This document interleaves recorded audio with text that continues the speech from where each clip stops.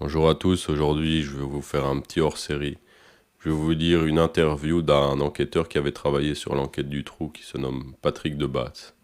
Je vais pas vous résumer l'affaire du trou ici, je pense que tout le monde la connaît. Et ceux qui ne connaissent pas, je vous invite à aller vous renseigner. Je vais vous mettre certains liens dans la description, comme ça pour les curieux ou ceux qui désirent en savoir plus, n'hésitez pas.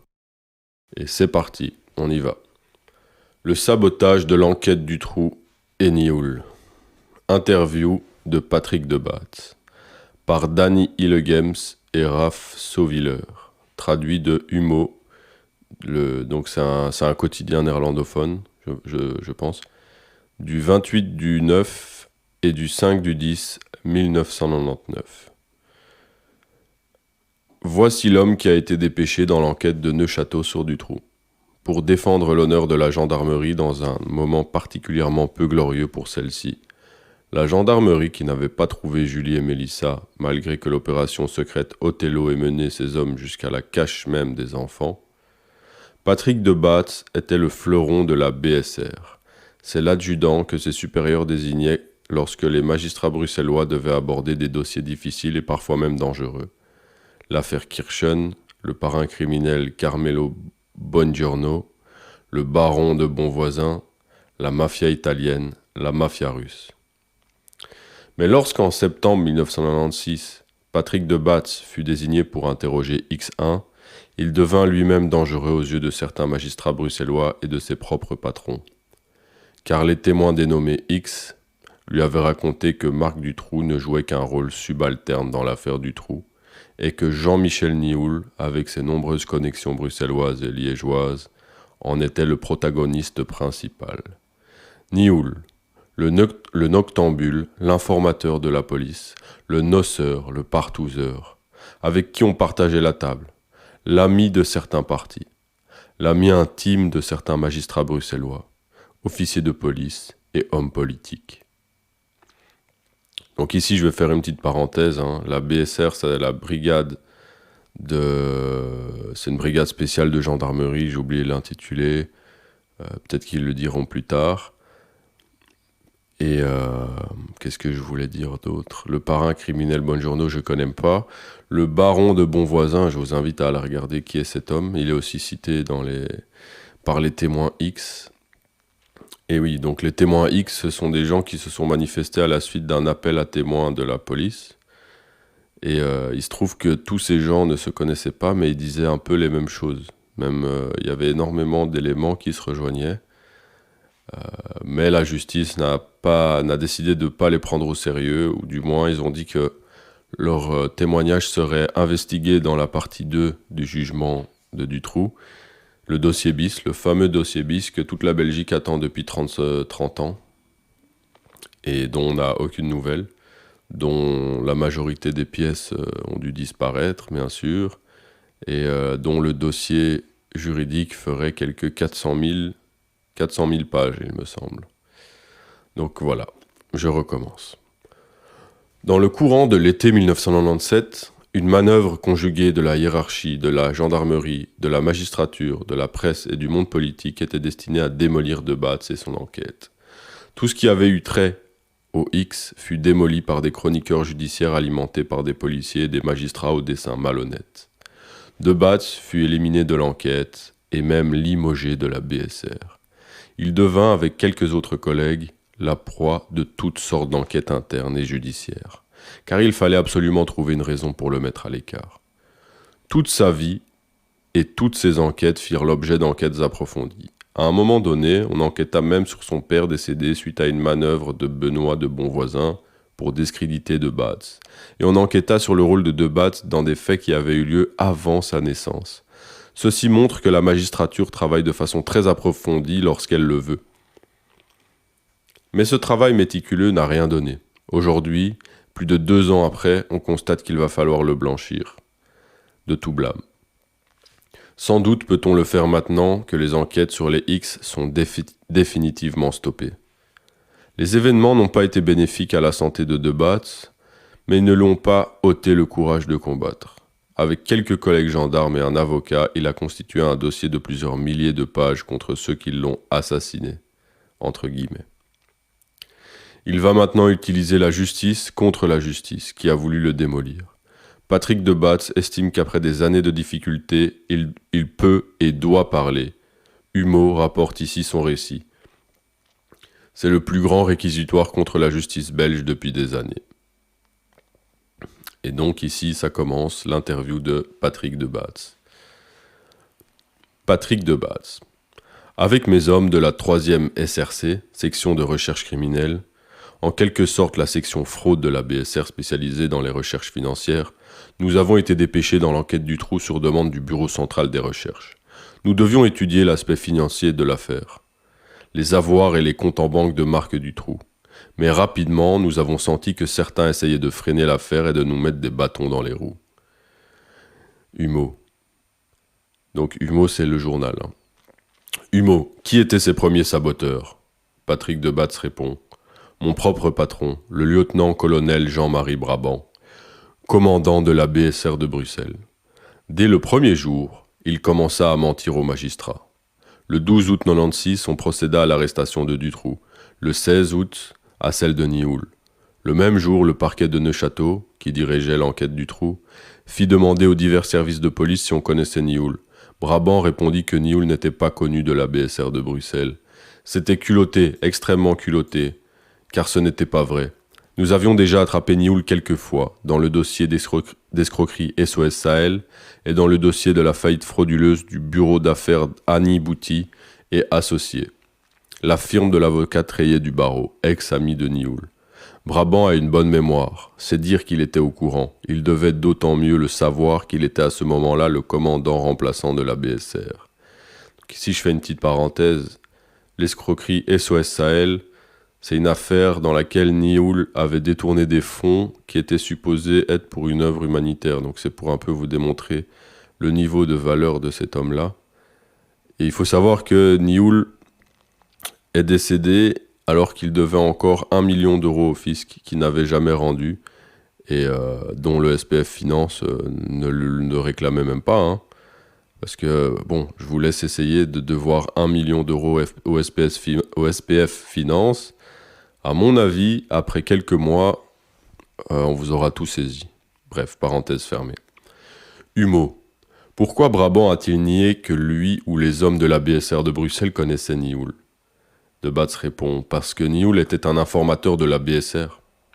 Et pas n'importe quel informateur, puisqu'il était un informateur non codé qui avait été amené par un gendarme de Dinan, décédé depuis lors, Gérard Vanès. 2 gendarmes de la section finance de la BSR de Bruxelles entretenaient des contacts avec Nioul. Eddy Verhagen et Bernard Meurant. Ils l'utilisaient comme informateur potentiel dans un trafic de cartes téléphoniques et de téléphones portatifs. Nioul avait aussi des informateurs dans l'affaire Walsh. Nioul avait aussi été informateur dans l'affaire Walsh, qui fut éclaircie par la section de drogue de la BSR de Bruxelles. Il s'agissait d'un trafic de 10 kilos d'amphétamine dans lequel un certain Walsh, anglais de passage à Bruxelles, était impliqué. Les amphétamines avaient été saisies, mais plus tard il apparut que Walsh avait aussi en sa possession 5000 pilules d'ecstasy. Ces pilules n'ont officiellement jamais été retrouvées, mais elles étaient cachées dans un pneu chez Annie Bouty, et elles apparurent plus tard chez Michel Lelièvre, le complice de Dutroux. Ces pilules ont-elles d'abord servi à la gendarmerie pour payer les bons services de l'informateur Nioul dans cette affaire ? Et les enlèvements d'enfants, certains enlèvements du moins, n'ont-ils pas été payés ensuite avec ces pilules d'ecstasy ?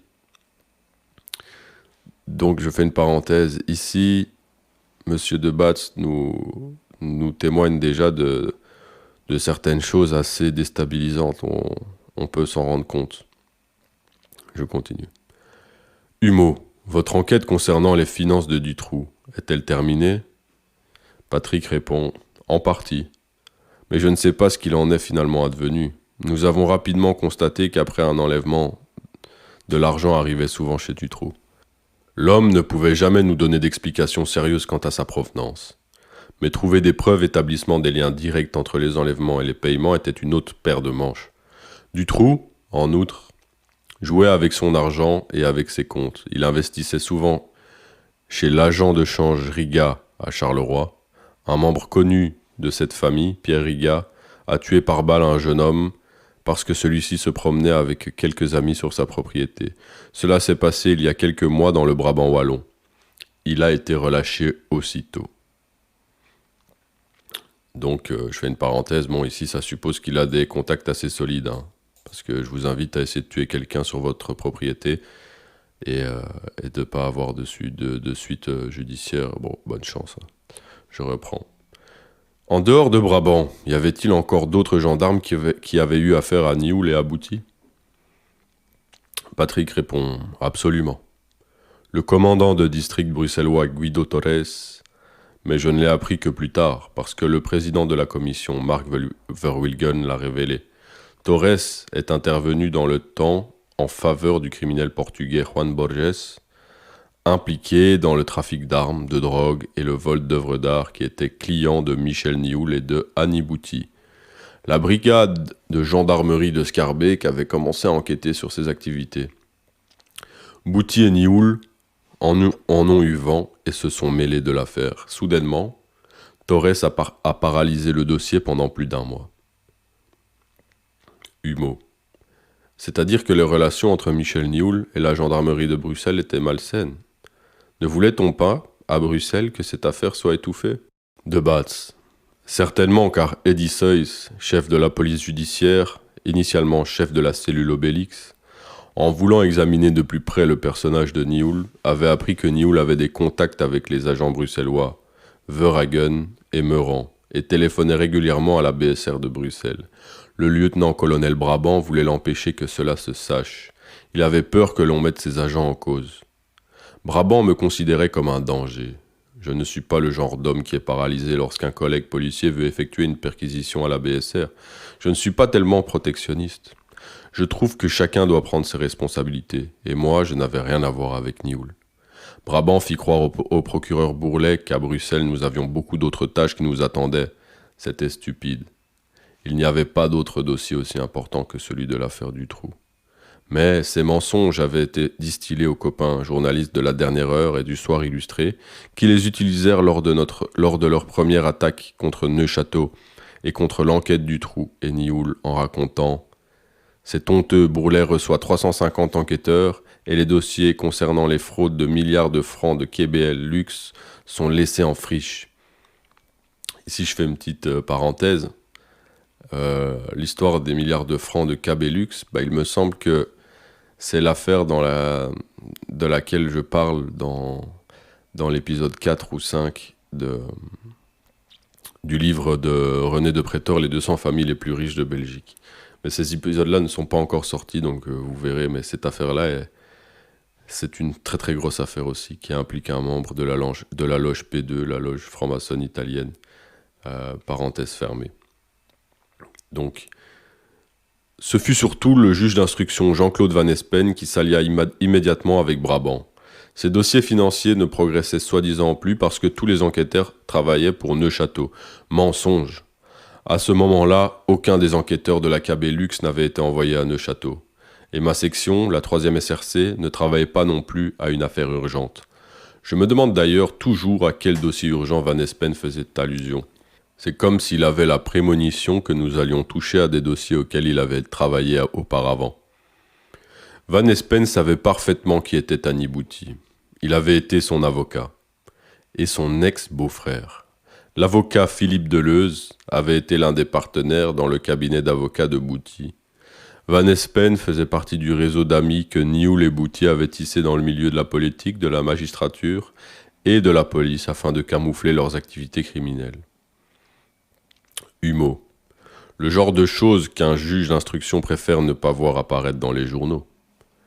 Et de Batz répond « En effet, Van Espen fut très vite mis au courant que nous étions intéressés par les X et que nous nous intéressions particulièrement au dossier de la champignonnière, concernant la mort atroce de Christine Van S, qui avait eu lieu en 1984 dans une champignonnière désaffectée de Bruxelles, à Etterbeek. Pendant 12 ans, Van Espen avait été juge d'instruction dans cette affaire et il n'y avait pas fait grand-chose. Petite parenthèse, c'était à Etterbeek ou à Oudergem, je ne sais plus. En tout cas, c'était dans cette zone-là. Je reprends. Fin octobre, début novembre 96, Van Espen avait appris que nous nous penchions à nouveau sur son affaire criminelle non élucidée. Ce fut après que le magistrat national de l'époque, Patrick Doenslager, et non moi-même ou la 3e SRC, eut approché certaines déclarations de X1 avec cette affaire. Van Espen connaissait d'emblée les noms que Regina Louf désignait comme celui des coupables, Michel Nioul et Annie Bouty. Lorsque ces deux personnages apparurent, il est évident que Van Espen, pour des raisons déontologiques, aurait dû se retirer de l'affaire. Allons donc, sa propre sœur était la marraine de Jean-Michel Junior, fils de Nioul et de Bouty. Nonobstant, Van Espen se laissa renommer juge d'instruction lors de la réouverture officielle du dossier de la Champignonnière. Auparavant, il avait déjà eu des contacts avec ces mêmes individus lorsqu'il avait supervisé la faillite de la firme Annie Bouty et Associés. Van Espen avait aussi à l'origine été juge d'instruction dans l'affaire SOS Sahel, mais il s'était tout de même laissé décharger en faveur du procureur actuel de Bruxelles, Benoît de Gemep, qui était encore juge d'instruction à l'époque. Van Espen, Nioul, Bouty, cela ressemble presque à une affaire de famille, n'est-ce pas? Humo. À vous entendre, Nioul connaissait la moitié du palais de justice de Bruxelles. De Batz. C'est la raison pour laquelle je me suis posé des questions lorsque j'ai été éjecté de l'enquête de Neuchâteau. Parce qu'une des raisons de ce licenciement était une lettre remplie de remarques inconsistantes que Van Espen avait envoyée à la hiérarchie de la gendarmerie. Humo. Comment êtes-vous entré en contact avec les X? Donc je fais une parenthèse, les X, je vous rappelle que ce sont les témoins qui ont contacté la gendarmerie suite à leur appel à témoins, et c'était les témoins qui ont été déclarés comme crédibles. De Batz. Très rapidement, 2 mois avant que n'éclate l'affaire Dutroux, en juin-juillet 96, une certaine Nathalie W. s'était présentée à la BSR de Bruxelles et avait fait des récits au sujet de réseaux et de viols d'enfants organisés. Le 5 septembre 96, une certaine Tania Van Acker de Gand téléphonait. Une de ses amies voulait faire des déclarations au sujet du réseau. C'était Regina Louf, alias X1. Humo. Qui reçut cette communication téléphonique? Patrick répond. Le juge d'instruction Jean-Marc Conroth de Neuchâteau. Jean-Marc Conroth de Neuchâteau. Je me trouvais par hasard dans son bureau, et lorsque Van Acker commença à expliquer où elle habitait, Conroth me demanda « Mais vous n'êtes pas de la région de Gand, vous, par hasard ?» Et je répondis « Oui ». Et Conroth me passa Tania Van Acker au téléphone. Je notais sa déclaration et la passai à Conroth. À première vue, le récit ne semblait avoir affaire avec Nioul. Ce qui concernait Nioul allait automatiquement à la cellule Obélix de Eddy Seuys. Cela n'est pas pour nous, dis-je encore à Conroth.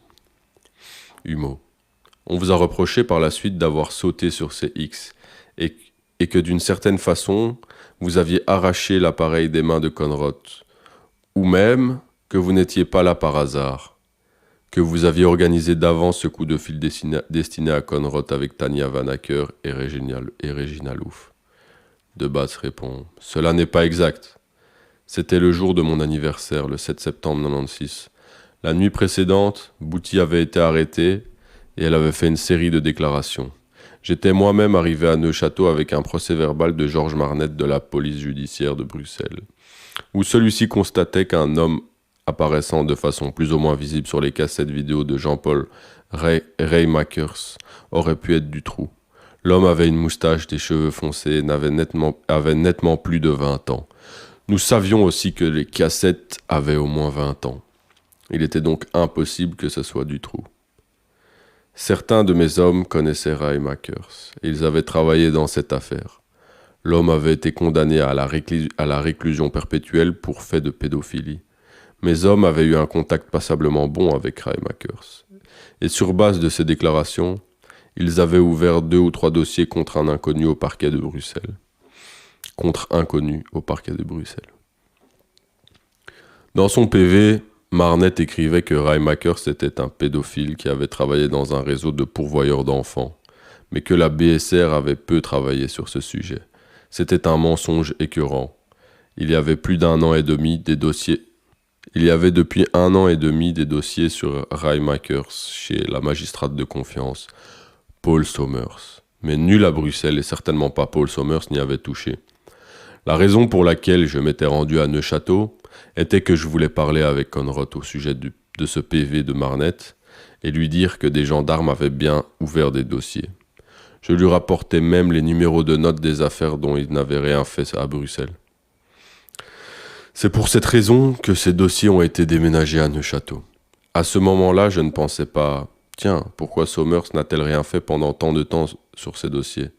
Je pensais « Mon Dieu, tout le monde a tellement de travail. » La seule chose que je prévoyais était que Georges Marnette, dont je connaissais depuis longtemps sa réputation, allait de nouveau jouer un sale jeu. Humo. Marnette faisait-il cela en étroite collaboration avec de hauts magistrats de Bruxelles ? De Batz. J'ai tout compris après le 15 novembre 96, lorsqu'on décida des fameuses perquisitions dans le dossier secret, au sujet du ministre et ex-premier ministre de l'époque, Elio Di Rupo. C'est alors que tombèrent les masques de Marnette, de son bras droit la PJ Grégory Antipine, de la magistrate de confiance Paul Sommers et du procureur du roi Benoît de Gemep. Humo. L'affaire Di Rupo était-elle un coup fourré, une machination de Marnette & Co. afin de dévier l'attention du nœud du problème, l'enquête sur les réseaux de Nioul et Dutroux? De Batz. Comment avons-nous atterri dans cette affaire? Le vendredi 15 novembre, j'ai reçu un coup de téléphone de la juge d'instruction bruxelloise Anne Gruet. Elle me dit « J'ai traité une affaire délicate. 2 perquisitions devraient avoir lieu, parce que demain dans la presse, des articles vont paraître concernant des actes de de personnages très importants. » Gruet était désignée dans le dossier par la substitute Paul Sommers, encore elle. Et Sommers était elle-même désignée sur l'affaire par le procureur général bruxellois André Van Oudenhove, qui avait le fameux dossier secret Di Rupo. Les perquisitions devaient avoir lieu chez 2 homos bruxellois qui étaient soupçonnés d'avoir des relations sexuelles avec des mineurs d'âge et possédaient des vidéos de pédos. Les perquisitions avaient déjà été ordonnées depuis 1 mois et demi. Étrange. Pendant 1 mois et demi, le parquet ne fait rien dans cette affaire, et brusquement, cela ne pouvait pas aller assez vite. J'ai dit au juge d'instruction Gruet « Je suis désolé, mais je suis officiellement en vacances. » « Alors, il va falloir que j'appelle votre chef, le lieutenant-colonel Brabant, » a répondu Gruet. Par après, Brabant m'a obligé à venir à Bruxelles pour cette affaire. Bien, alors que j'étais en route, je téléphone à mon équipe. J'envoie déjà 2 hommes en éclaireur chez Gruet pour aller chercher les mandats de perquisition. Philippe Huppé et Patrick Charles.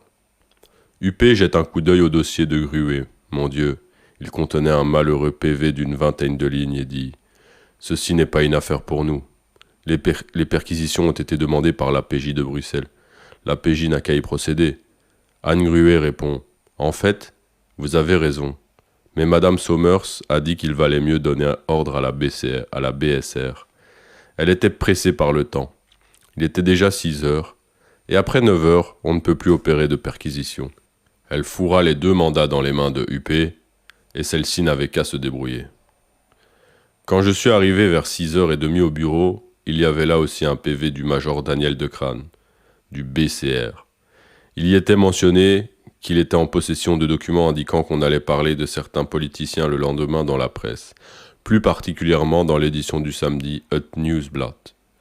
Je vais avoir l'air bête, mais je ne faisais toujours pas le lien avec les perquisitions que nous devions opérer chez 2 homosexuels totalement inconnus. Nous avons finalement saisi 120 vidéos à caractère sexuel chez ce gars. Nous devions naturellement toutes les visionner pour voir s'il ne s'y trouvait pas des enfants ou des personnes manifestement très jeunes.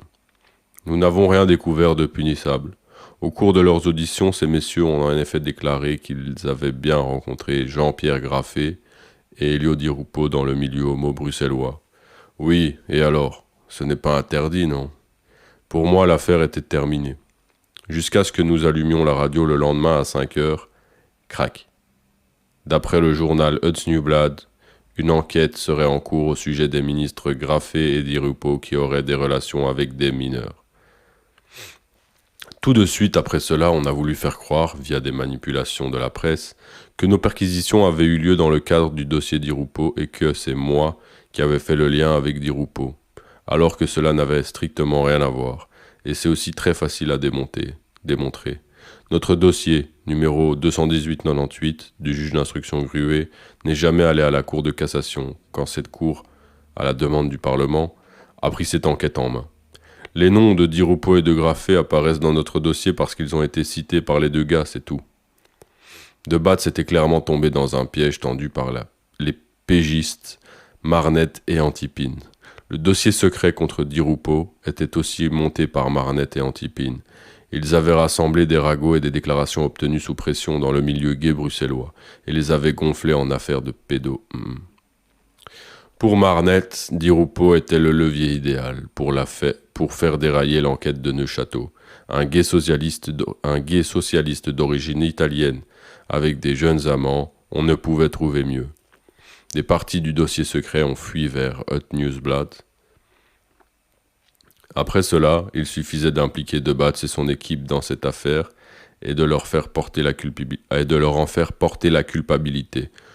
On accusa ces deux homos inconnus de comportement de pédo et on les rattacha vaguement à l'affaire Di Rupo. Antipine demanda ensuite d'organiser des perquisitions chez ces gays et quand elles eurent lieu, il refusa d'y participer. Humo. Antipine voulait que vous fassiez ces perquisitions, de manière à ce que par après on ait l'impression que c'est vous qui couriez après Di Rupo. Avez-vous su immédiatement que c'était un traquenard ? De Batz répond « Non, pas tout de suite. Mais j'avais la puce à l'oreille, surtout quand les manigances de Marnette au sujet d'Olivier Truxnac sont apparues en plein jour. » Humo.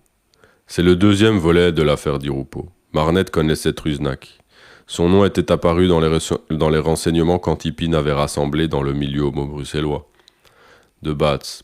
En effet, l'affaire Truxnac était aussi une machination de Marnette, qui était Olivier Truxnac, un demi-fou, d'accord, mais aussi l'ex-petit ami du chef-coq Roger Soevereins, le chef et propriétaire de l'hôtel-restaurant limbourgeois Schotelschhof. Truxnac y avait volé, dans le courant 96, l'une et l'autre chose, et s'est ensuite enfui vers Londres. Soevereins a déposé plainte à ce sujet auprès de Christian de Vroom, à l'époque commissaire général de la PJ. Humo, qui allait régulièrement manger au Schotelschhof aux frais du lobbyiste Koen Bleiwert. De Batz. Et que fit de Vroom pour faire plaisir aux amis de ses amis ? Il mit sa 23e brigade, le service chargé de lutter contre la grande criminalité, sur ce petit vol minable au fin fond du Limbourg. De Vroom a même ordonné des observations de Truxnac à Londres. Truxnac fut finalement arrêté à Hasselt. Comment ? Simple. Parce que sa mère, qui avait appris qu'il était recherché, l'a conduit à la gendarmerie. Marnette a immédiatement été informé de cette arrestation par un collègue de la PJ de Hasselt.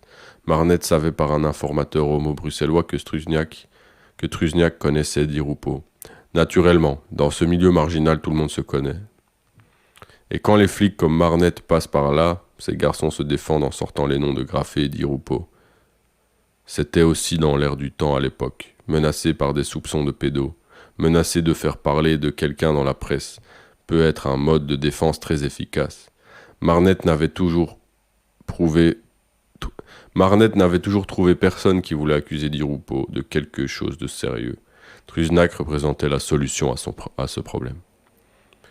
Et donc, Marnette est parti à Hasselt avec son équipe, où ils ont encerclé le palais de justice local. Marnette pensait, il s'agit d'un simple vol, donc ils vont libérer Truxnac rapidement, alors nous l'attraperons, nous l'auditionnerons et nous lui ferons dire ce que nous voulons, que Di Rupo est un pédo. Voilà en quoi consistait le plan. Mais contre toute attente, la justice d'Hasselt incarcéra Truxnac après qu'il eut reconnu les vols au Schotelschhof auprès de la gendarmerie. Par conséquent, Marnette et Antipine devaient se rendre en prison pour parler avec Truxnac. Cela sembla marcher encore mieux. Ils pouvaient ainsi lui promettre qu'il serait libéré s'il mettait Di Rupo en cause. Voilà. C'est alors que Trujniak commença à confesser ses aventures avec Di Rupo, et après chaque visite de la PJ, il diminuait son âge, jusqu'à ce qu'il soit suffisamment mineur au goût de Marnet & Co. C'est alors que la bombe explosa, et ce fut une catastrophe épouvantable. Je pense que c'était le but. Humo. S'agissait-il simplement du fait que Marnet voulait bousiller l'enquête de Neuchâteau pour servir ses amis noctambules bruxellois, ou bien pensez-vous que cela cache autre chose? Debatz répond « À mon avis, il y avait un plan plus élevé. La population devait recevoir le message. Il existe une chasse aux sorcières dans ce pays. L'enquête déraille. Ils ont perdu la tête à Neuchâteau. Arrêtons de courir après Nioul. Le signal envoyé aux hommes politiques était encore plus important. Vous êtes de nouveau les coupables. Attraper des politiciens, casser des gens haut placés, voilà le hobby des types comme Debatz. Donc, resserrez vite les rangs. » Il rit, entre parenthèses. Des hommes comme Debatz, je ne savais même pas que Di Rupo était gay.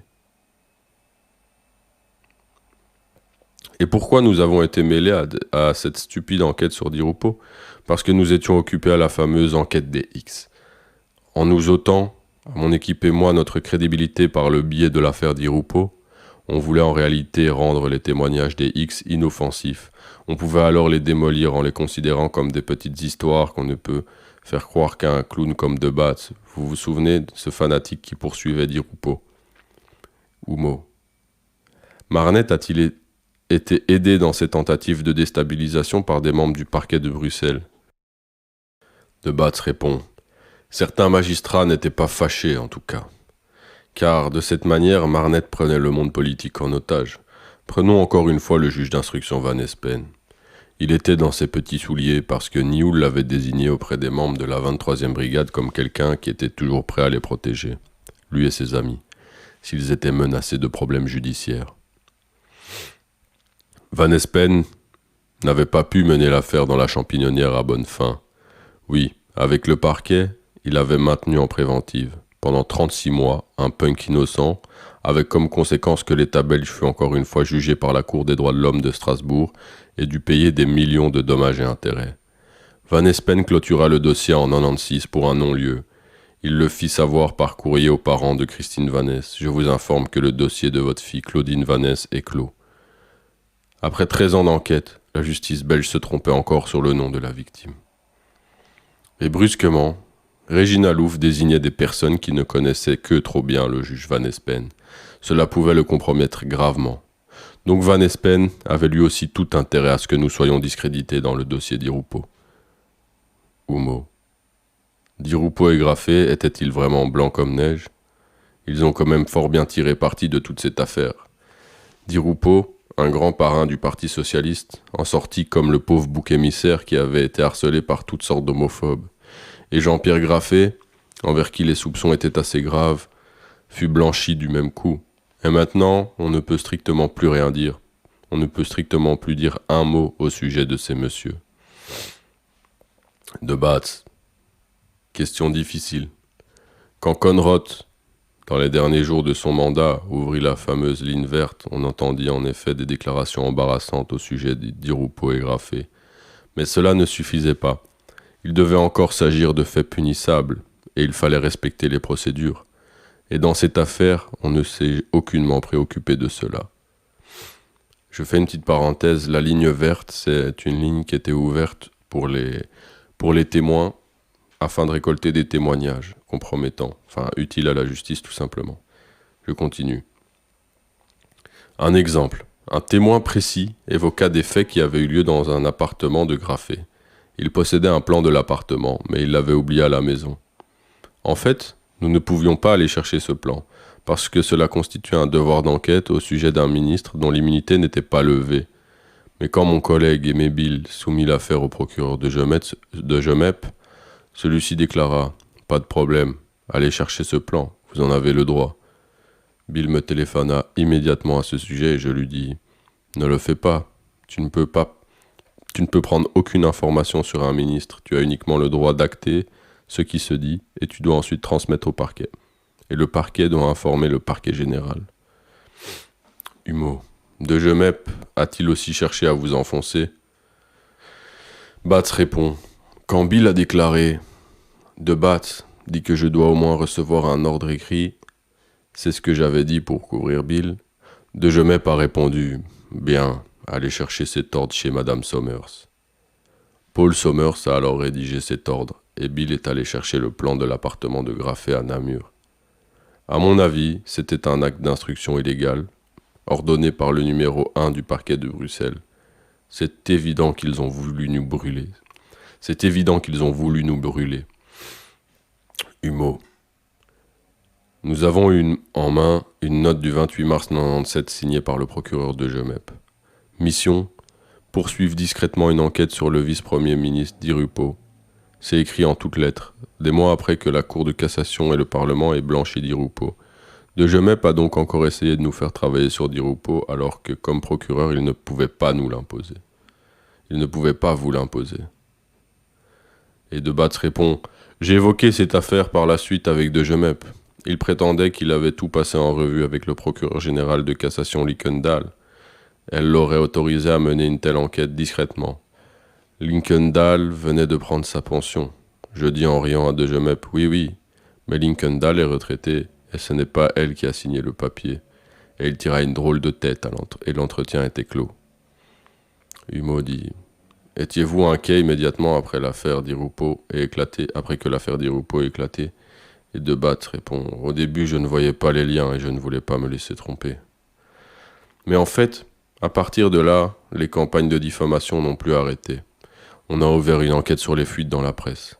Le comité supérieur de contrôle, qui existait encore à l'époque, entreprit une enquête sur un viol de secret professionnel contre inconnu. Le ministre de l'Intérieur chargea le comité P, qui surveille les services de police, d'une enquête. Nous avions soi-disant travaillé dans l'affaire Di Rupo, donc nous devions aller témoigner partout. On courait d'une réunion à une autre, il fallait éteindre des incendies partout. On avait l'impression que tout le monde nous observait. Une partie de la presse était entrée en guerre contre nous. Nous avions de moins en moins de temps pour faire notre travail convenablement. Encore une fois, je pense que c'était ça le but. Le journaliste répond. En conclusion, De Batz s'était occupé avec X1 et cela ne plaisait pas à certaines personnes. Il veillait donc à ce que tout le monde ait peur de De Batz, à ce que De Batz soit dépeint comme celui qui n'aime rien de mieux que de jeter des bombes sur les politiques et la magistrature. Et De Batz répond, ils ont voulu nous brûler. C'est après coup la seule explication possible. Tous ceux qui étaient étroitement impliqués dans cette affaire savaient que je n'avais rien à y voir, mais personne n'a rien dit quand j'ai été injustement accusé. On voulait casser mon enquête, c'est tout. Et voilà, je pense que je vais m'arrêter ici pour aujourd'hui, sinon la vidéo va faire 1 heure, car je ne suis qu'à la page 8 sur 21, donc la suite ce sera pour une autre fois. Merci de votre écoute. Je vous mets quelques liens pour s'informer un peu plus sur l'histoire, pour ceux qui veulent, je vous les mets en description. Au revoir.